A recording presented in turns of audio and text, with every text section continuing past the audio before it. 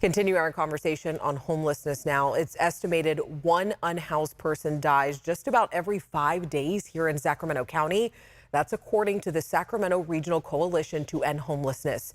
Some of those deaths are due to violence or accidents. Many of them, though, are from natural causes. One local nonprofit is on a mission to build a hospice for the unhoused to provide a dignified, compassionate place to die. But its location, it is a controversial one.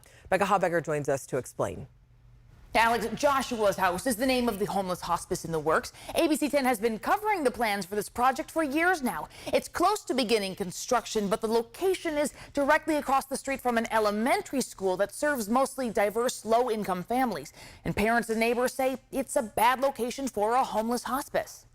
How often do you come out here? Oh, a lot. I mean, just to interview and talk to people. We first introduced you to Marlene von Friedrichs Fitzwater back in 2017 as she shared her plans and motivation for opening a hospice to serve the Sacramento area's unhoused community. I had a 34-year-old grandson that I was very, very close to who'd struggled with homelessness and drug addiction and died in Nebraska, and that was it. She's naming the homeless hospice Joshua's House after her grandson. We caught up with her this week for an update on the project, which was originally planned for a building on North C Street near the unhoused service provider Loaves and Fishes. But unfortunately, it would have cost probably close to $7 million to retrofit it and prepare it. So they eventually found a new location. The city came up with a property they owned that they were willing to lease to us. We wouldn't pay any rent, but we would pay annual property tax. That's great for Joshua's House, but the South Natomas lot sits directly across the street from Garden Valley Elementary School in the Twin Rivers Unified School District. You know, we're talking about 4-year-olds, 5-year-olds. Neighbors like Raul and Leticia Huerta worry about the safety of the students. Especially the little ones that are in kinder and preschool, because this school has preschool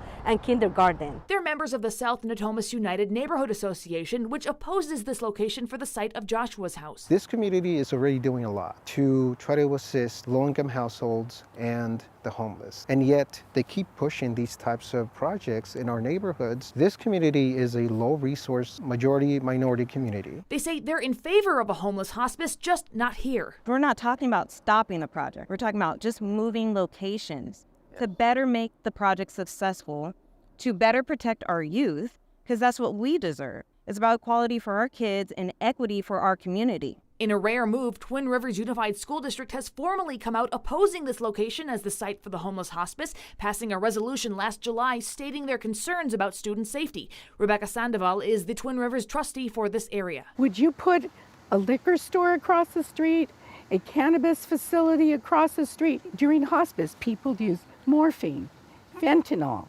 You know, it's going to be right there. And Twin Rivers Superintendent Steve Martinez tells ABC 10 the district has offered Joshua's House 6 alternative locations on other district property that are not near a school. Yeah, we would do everything in our legal power to provide them with the same type of lease agreement, if not a better agreement for them. And actually the space that we're talking about is a lot bigger, so they could actually expand their facility. I took all these questions and concerns to Marlene. Is there any circumstance under which you would consider moving sites at this point? Not now. I've already spent $1 million and about to spend $1 million more. Like I said, if this had happened 2 years ago, yes, I would have considered it, absolutely. But they've waited until we've spent all this money. We have the lot is in a lease for us for 50 years, free.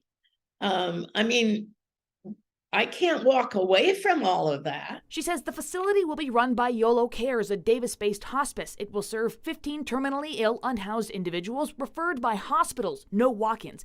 There will be security cameras and 24/7 security. I encourage people to trust us and let us open this fall and then monitor us. Make sure what we've said is true and it's what we're doing. Now, she expects construction to begin soon. Tomorrow afternoon, City Council member Karina Talamantes' office is holding a meeting to discuss neighbors' concerns. The South Natomas United Neighborhood Association will be there along with Twin Rivers district leaders. Now, the information here you can see on your screen. I also asked Marlene if anyone from Joshua's House plans on attending. She said she and the nonprofit's attorney had asked organizers to change the date, as she and the attorney were both scheduled to be out of town. Organizers opted not to change the date. So So Marlene says Joshua's House board members told her they're not comfortable attending without Marlene or the attorney. So nobody from her nonprofit will be attending tomorrow's meeting, she says. Is a compromise even possible at this point? You know, it doesn't seem likely based on what Marlene told me, but the Twin Rivers superintendent says he has sent a letter to Sacramento City Council and the city manager outlining the district's concerns. So he and the neighbors fighting this location still hold hope that something could change. All right, Becca, thank you so much.